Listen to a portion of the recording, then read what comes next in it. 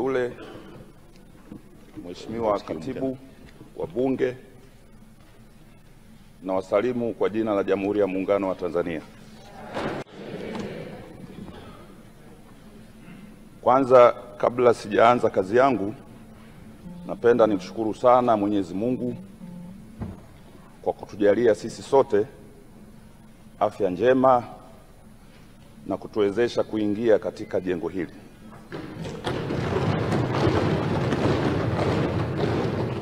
Najua safari ilikuwa ndefu sana, kila chama kilikuwa na utaratibu wake, lakini wananchi wameamua sisi tuliopo humu ndani tunastahili kuingia hivi leo na kuanza kazi. Kwa hiyo tunamshukuru sana Mwenyezi Mungu kwa niaba yenu, kwa sababu najua hamna nafasi ya kusema. Tutakapoanza rasmi, Mheshimiwa Spika labda atatoa salamu rasmi ya kibunge.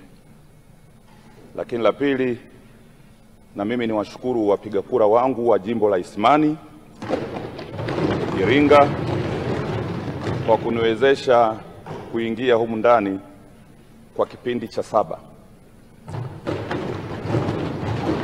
tangu tumeanza mfumo wa vyama vingi mpaka leo, na kwa mara ya kwanza kipindi hiki cha 7 nimepata kura nyingi kuliko vipindi vyote ambavyo nimewahi kutumikia.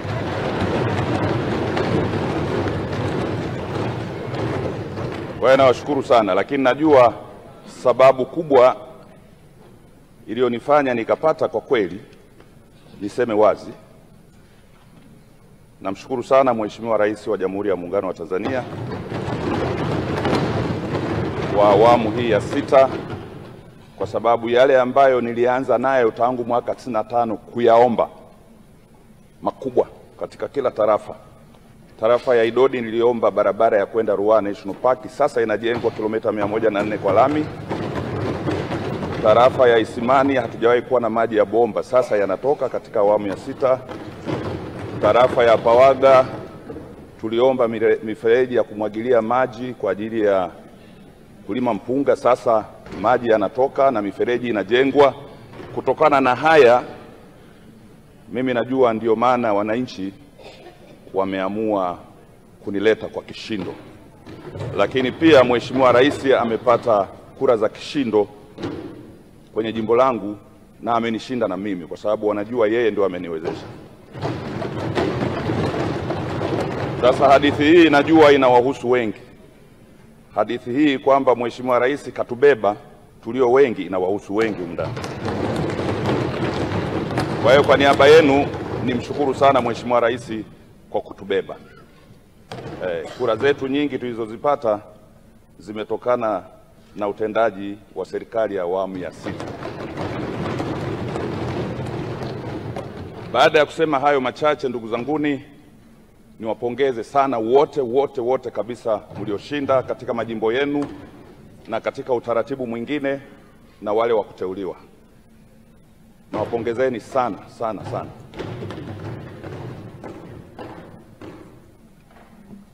Nipo hapa kusimamia uchaguzi. Ingawa kulikuwa na uvumi kwamba nimegombea, nataka niseme tu hapa kwa sababu niko mezani, mimi sikugombea. Najua kwenye mitandao kwa waliandika sana nimegombea. Mimi sikugombea na wala sikutamani kugombea. Mimi nilijua nitakuwa spika wa kwanza hapa.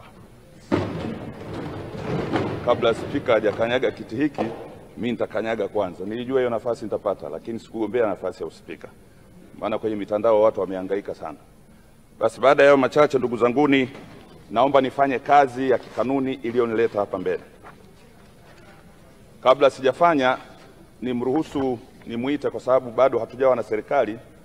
Kwa utaratibu wetu